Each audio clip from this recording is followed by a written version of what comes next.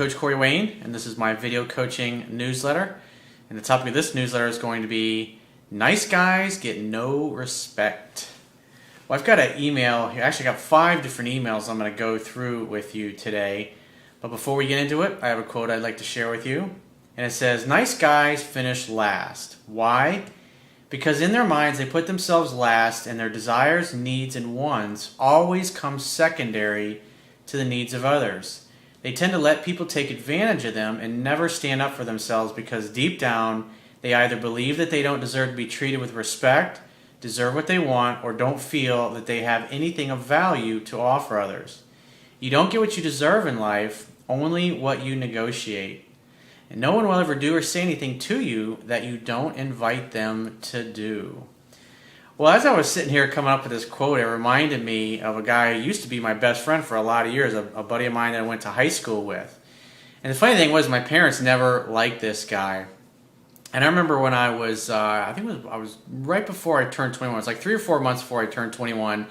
I was tending bar. Actually, no, I take that back. It was before I was tending bar. And I basically had saved up about, I think it was like $3,500. I was going to use as a down payment to get a new car, like my first new car ever.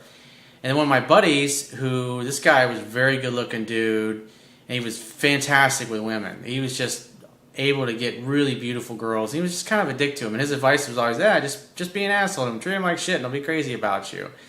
And he always had gorgeous women just hanging all over him. Well, he was a male model, and he would have times, this was like 20-something years ago, where he'd go and he'd make $30,000, $40,000, $50,000 in a month doing these advertising campaigns and stuff. But he was doing coke, and he was drinking a lot and partying, and so he was always blowing his money. And so I looked, I was like, he should be able to make $3,500 no problem, because I think I was making like $7-8 an hour at the time working at a retail job. It was Search Merchandise I was working for at the time. I don't think the company's even around anymore. But I gave him this money so he could get into a place and get his electric and everything set up. And then he just was doing drugs and drinking and not really doing anything to earn any money. He wasn't really making much of an effort to pay me back. And he knew this was money I personally had saved up. And obviously I wasn't making the kind of money that he was making to buy a car. And make a long story short, he basically ended up saying, hey, here's my Harley. We're going to put it on consignment. And when it sells, and that'll give me the money so I can pay you back. And he just didn't make any effort. He just didn't lift a finger. And he was just kind of a dick about it. And so it was sat in consignment for like 2-3 months.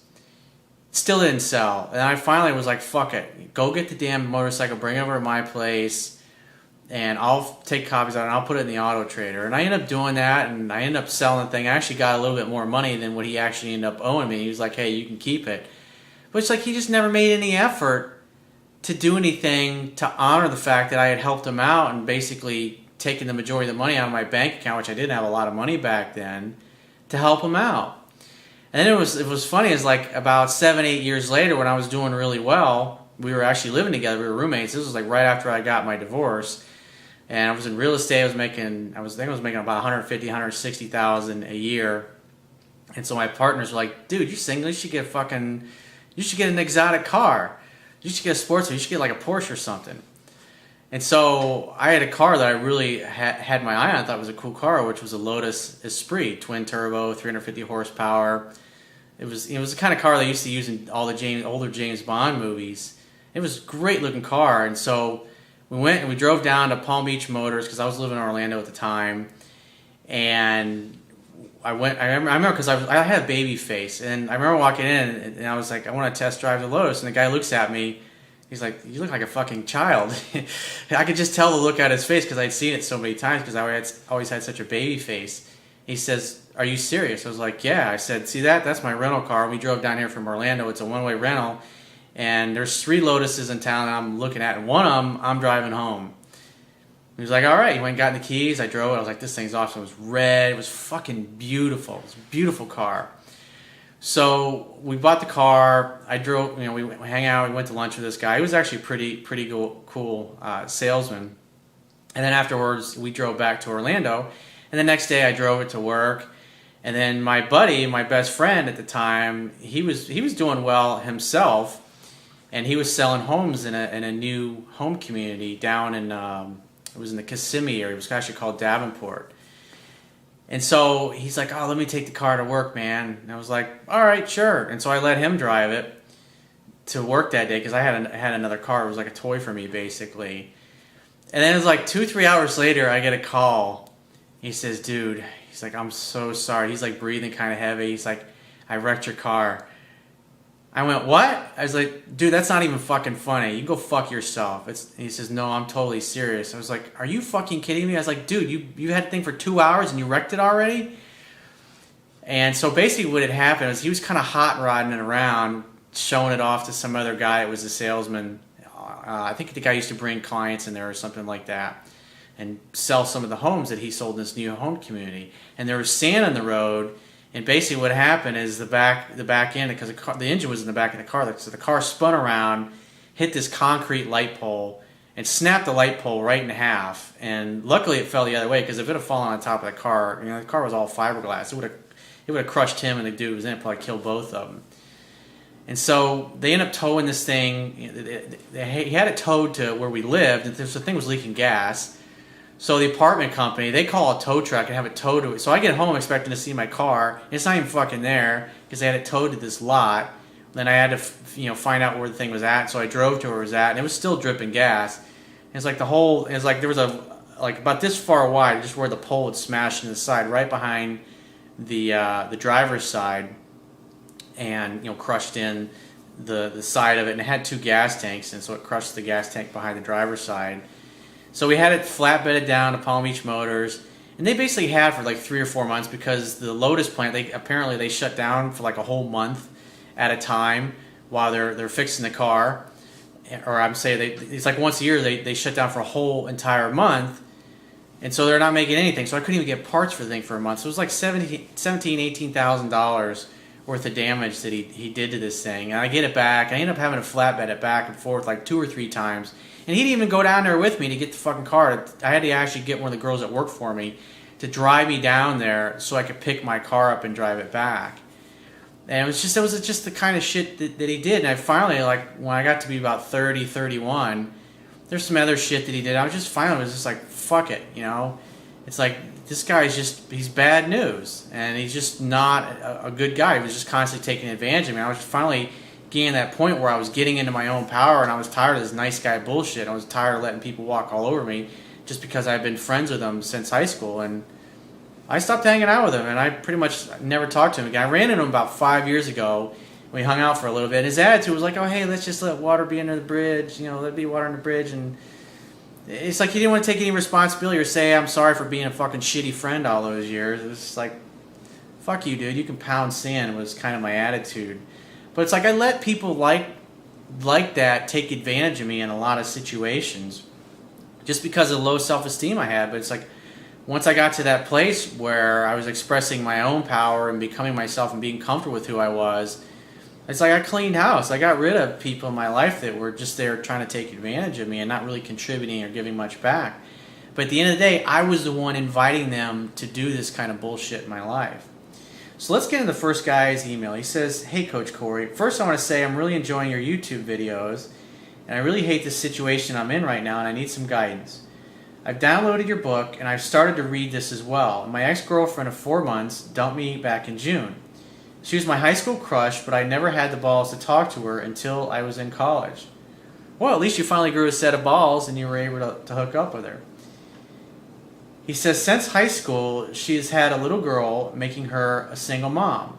And I knew starting out that the relationship would be difficult, but I was willing to give it a shot because I really liked and cared about her."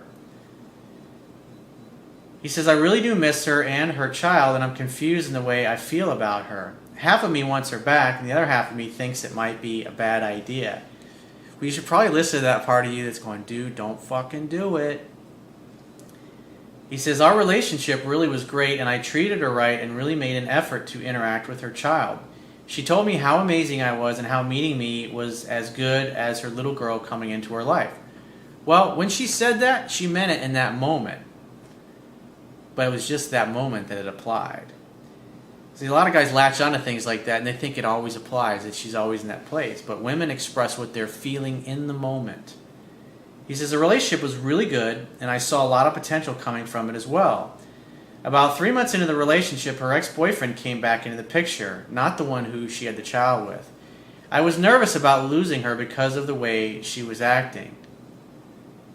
So that tells me you probably were over pursuing her a little bit. Probably started getting a little needy, a little insecure, and basically started to act like you weren't worthy, you didn't deserve her, because you were fearful that you were going to lose her to this ex-boyfriend.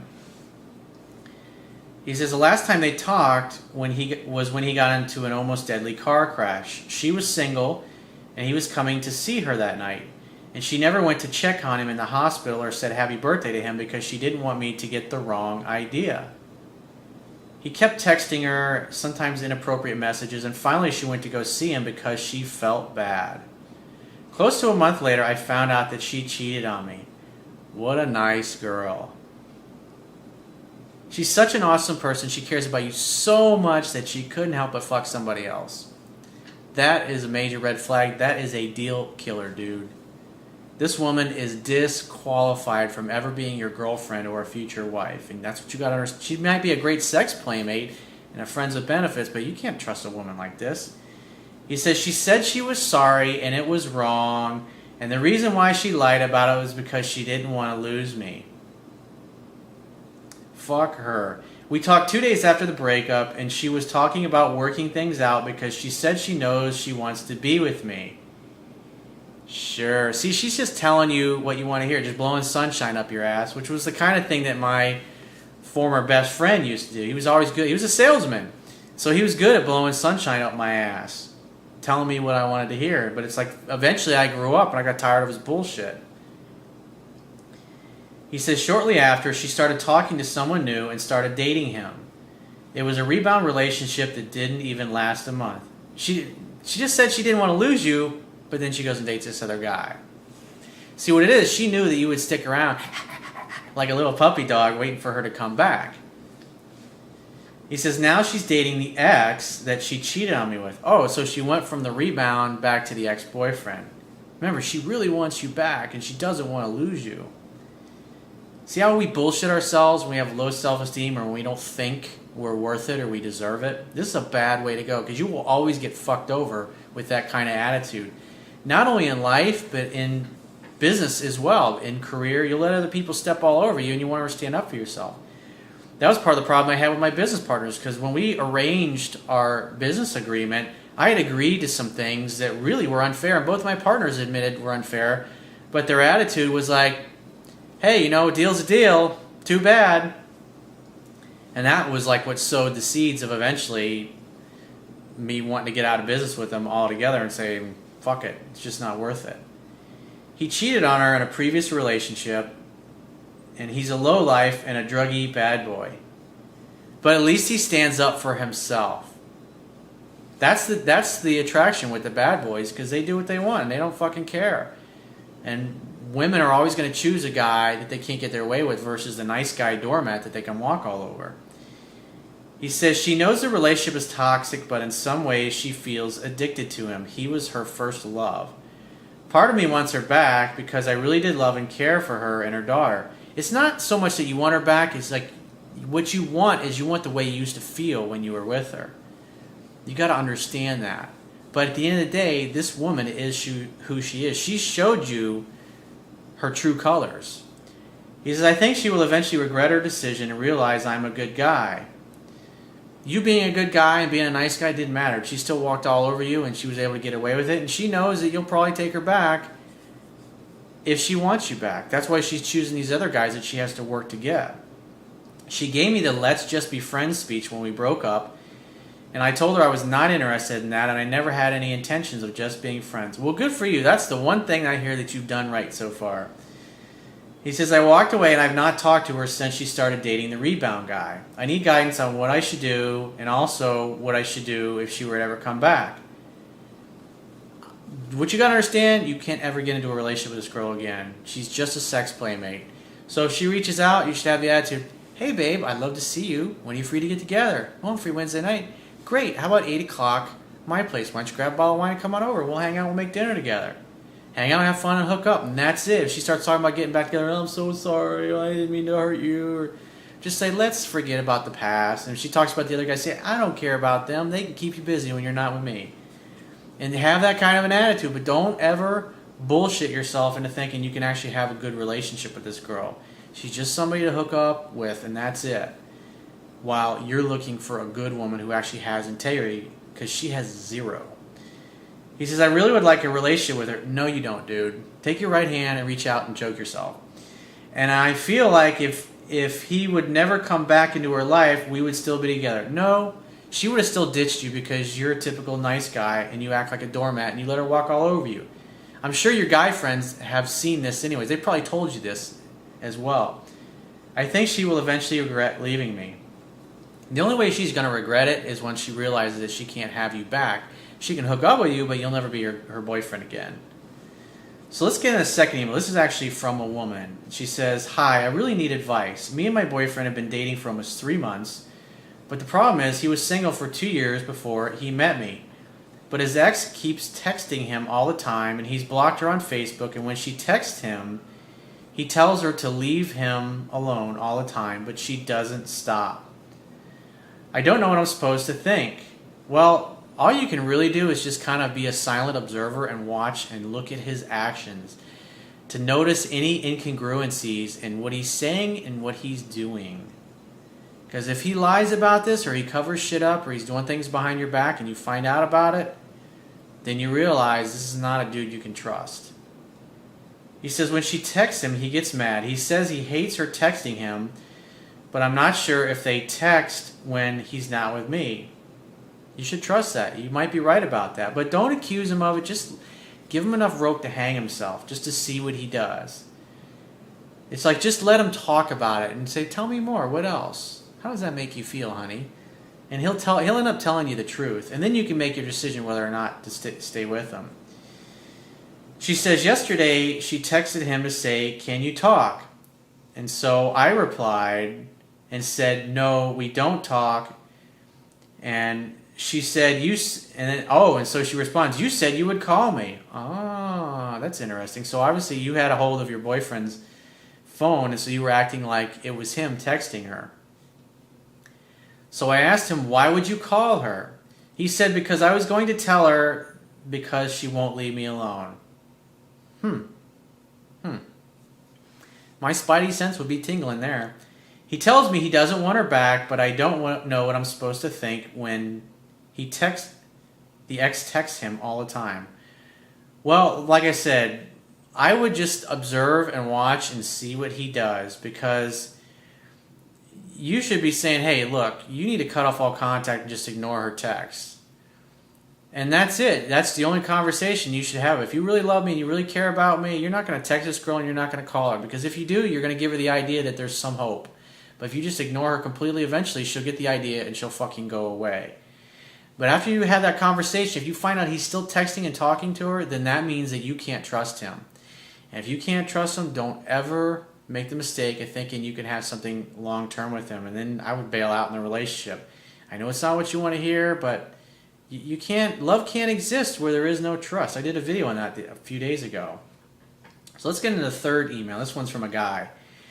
He says, hey, Coach Corey, I saw your videos on YouTube and thought this is the man I need to ask some serious things about, so here it is.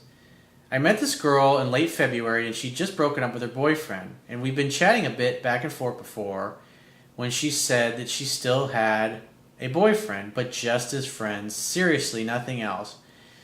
Translation, I've got this ex-boyfriend of mine. He's kind of like my backup. He's kind of like the leftovers that I heat up when I don't have anything else going on or I need a rebound or something's not going well with a guy I'm dating. That's why women keep guys like that. It's because she's insecure.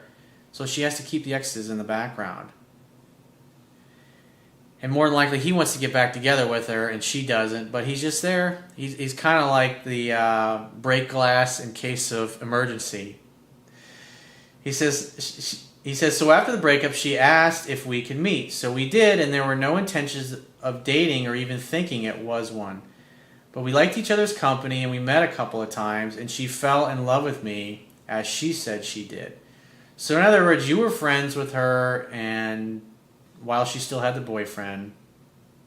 Okay. So he says, but we liked each other's company, we met a couple more times, and she fell in love with me, as she said she did. That happened already about a month after her breakup, and I was surprised because her past relationship was a 5-year-old one. Yeah, a woman that's been with some dude for 5 years, that's a long time, and that's going to be a really strong emotional bond and connection because they have a lot of history together. And at the end of the day, you've only been with her like 30 days. So when push comes to shove, 9 times out of 10, 99% of the time, she's going to ditch you and go back to the ex. It's like you're playing with fire in that kind of a situation. And that's why your game has to be solid and tight. But at the end of the day, if she screws around and goes back to him, she has no integrity. And that usually happens when you're dealing with an insecure person. He says, so I was actually feeling myself like I was a shit, to be honest. But it turned out after a couple of months later that she wasn't over it. Oh, that's obvious because they were together 5 years. It would take like 6 months to a year to completely get over him. He says, I knew it could hurt me, but I told her that it was my own battle. So in other words, you kind of gave her permission to screw around on you because you take responsibility for it.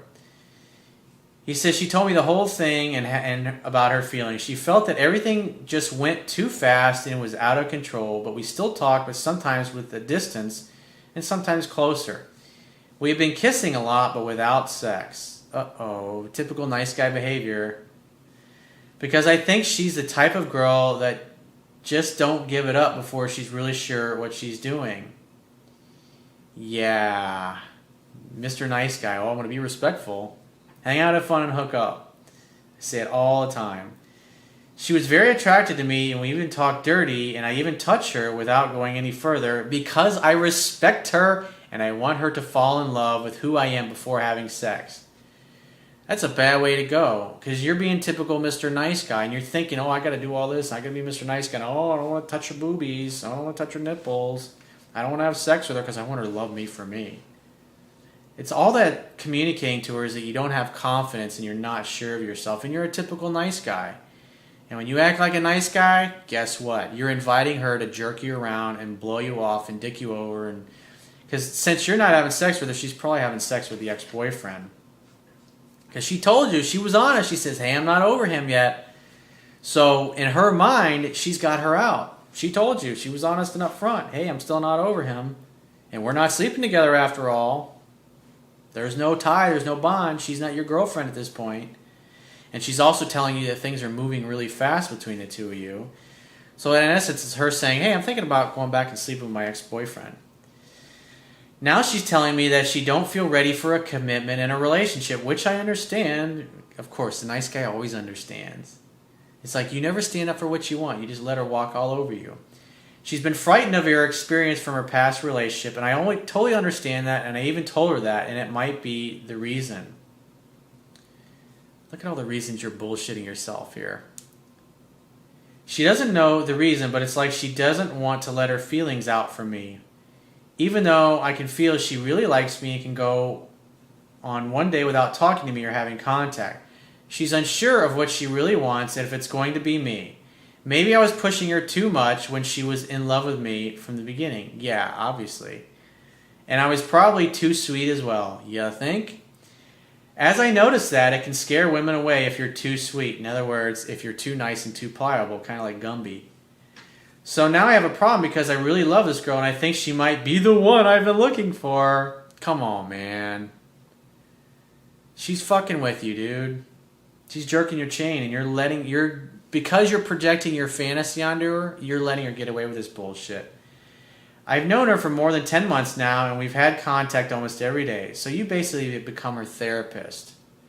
She has the sweetest heart, and sometimes when she feels that I'm sad over that I don't have her, we sometimes want to just cut the connection and just leave each other alone. But 2 times we agreed on doing so, we just couldn't let each other be. Translation, I just couldn't let her be. We always seem to just talk again and start laughing. I think she's the type that likes to know where she got her man, and I'm really lost. I can't figure out what to do since I really have been fighting with my feelings and trying to keep up and not give up on her just yet. Because I understand her feelings and her heart are hurt. Dude, you bought a bullshit fucking story. No one will ever do or say anything that you don't invite them to do. Look what you're inviting her to do. Just walk all over me, baby. You can do anything. I'll be there for you. She's become my best friend. And the one I share everything with. I want to know what to do because you gotta stand up for yourself, dude. Grow a set of balls and say, baby, I adore you. You're amazing. But I'm tired of being your gay male friend. I want you. So all I want to know is when you're coming over so we can hang out and make love. Because if we're not going to take this beyond a friendship, it's like, I can't do this anymore. I need to go find somebody who's single and available and doesn't have an ex-boyfriend running around in her backyard, so to speak.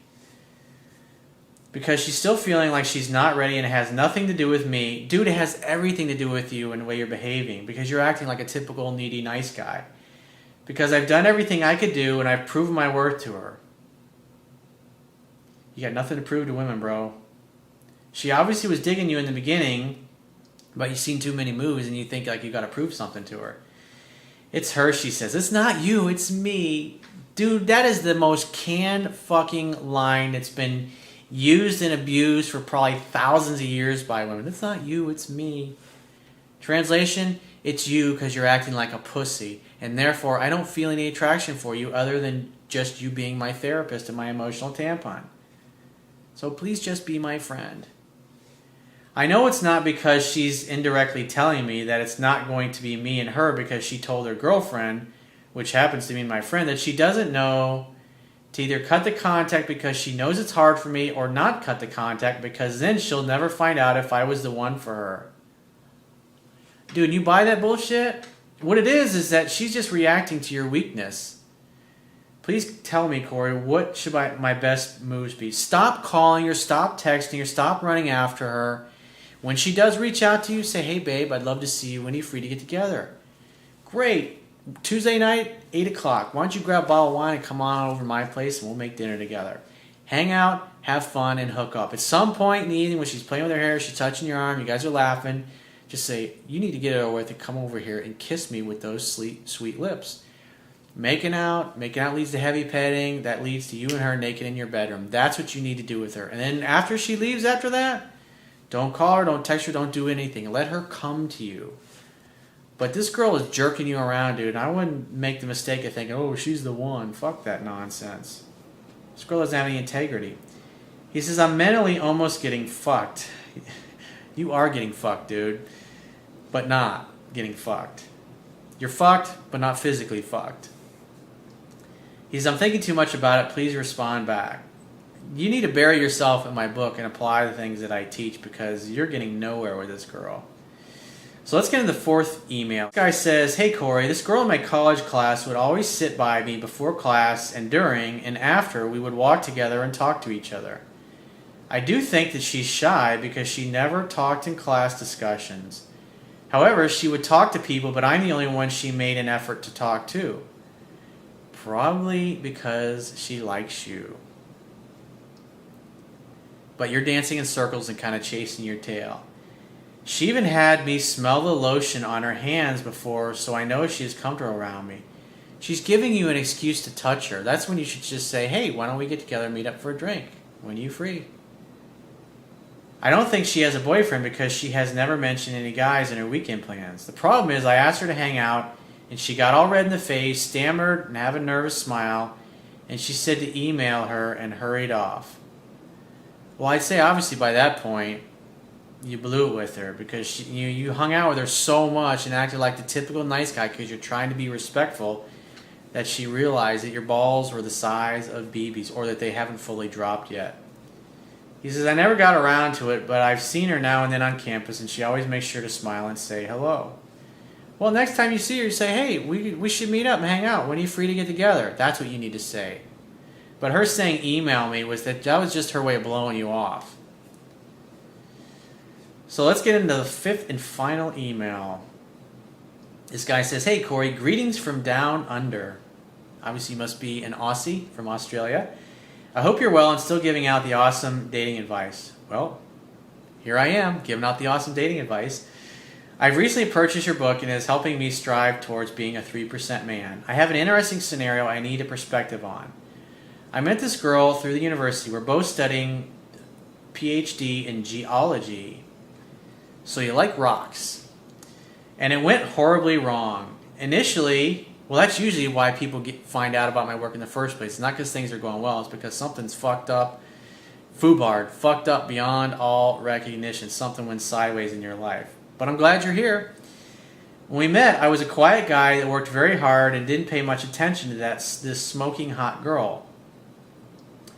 Eventually, at this work function, drinking was involved. She started talking to me, touching me, asking me to dance. Dude, that means she likes you. When a woman starts touching you like that, it means you can reciprocate. Because here's the deal.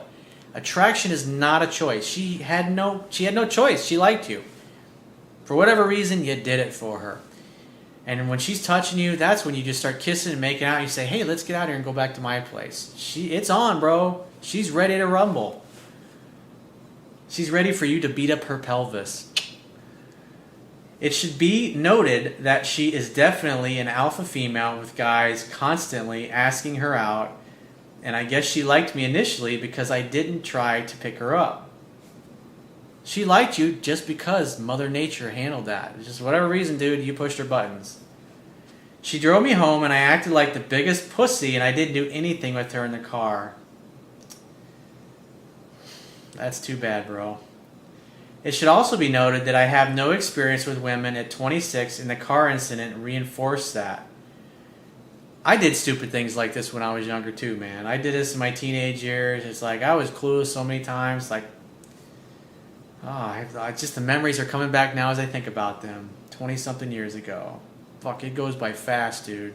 That's why you need to learn this shit and apply it, because before you know it, you're going to be my age. To cut a long story short, once I realized that I could have gone further that night, I began to chase. Needy, I know. Over the coming months, this obviously went on for way too long, I told her how I felt, more needy behavior, he says, and she kept telling me she wanted to be friends. I didn't listen. Until she blocked me from Facebook, avoided me, and said she never wanted to see me again. I'm a stalker, right? Yep. That's too bad, dude. Over the coming months, I moved home to focus on writing my PhD, which I just submitted. Thanks, I know I'm good. However, it was a very public breakup, and everybody in the apartment knows about it. Because you were probably talking to everybody, going, oh, I like this girl. Why is she not liking me back? Why didn't she respond to my Facebook messages?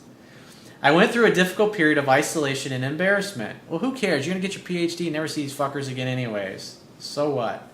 I don't talk to anybody that I knew from college at this point in my life. The only people I kept in contact with was the buddies I made in high school.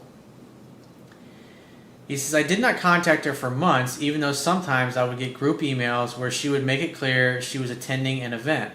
I know I'm reading too much into this, but I felt like she was feeling guilty or something and was trying to apologize and be friends again. Dude, if she wanted to get in touch, she would. You are definitely bullshitting yourself here. To avoid re-entering the friendship zone, I avoided her. Don't worry, I was going out and seeing other women in the meantime, but I still really like her, and she knows that. Yeah, dude, she knows you're a stalker. And I recently went out to the university for a seminar and saw her there in the lecture theater. After it was over, she walked all the way over to my side. She didn't need to, and turned her head and said, hey, how's it going? I would have said, hey, it's going awesome. What are you up to? You been thinking about me? No. Well, why'd you come over to say hello? Obviously, you've been thinking about me. Let's go grab a drink and hang out. That's what you should have done. I waved and said, hey, what's up? There was group drinks afterwards, and she left quickly before I could talk to her. I then emailed her later on my phone. More chasing, dude. I wouldn't have done that. And said it was nice to see you and good luck with this thesis submission, hoping she would respond. But she hasn't so far. Well, that's predictable. And 4 days have gone by. I was going to ask her out in the manner in which you described in your book, no chit-chat and making definite dates. Dude, you've totally creeped her out by this point. She was just being nice, that's it. And I'm going about my life and I'm wondering if I should even bother responding if she does. I think overall she doesn't want to see me and is feeling bad for the way things ended. You're right about one thing. She doesn't want to see you, but I don't think she's feeling bad about the way things ended. She's just feeling like you're a fucking creep and you should leave her alone, dude. Just let it go. You fucked up. If she ever contacts you, then make a date. Otherwise, just chalk it up to experience of your youth And when you're my age, you can look back on it and laugh at yourself because you will have had lots of amazing experiences since then. So if you'd like to get my help personally, the quickest way is to go to my website, book a paid phone coaching session. You can do that by clicking the products tab, which will be at the top of your screen on any page of my website. And I will talk to you soon.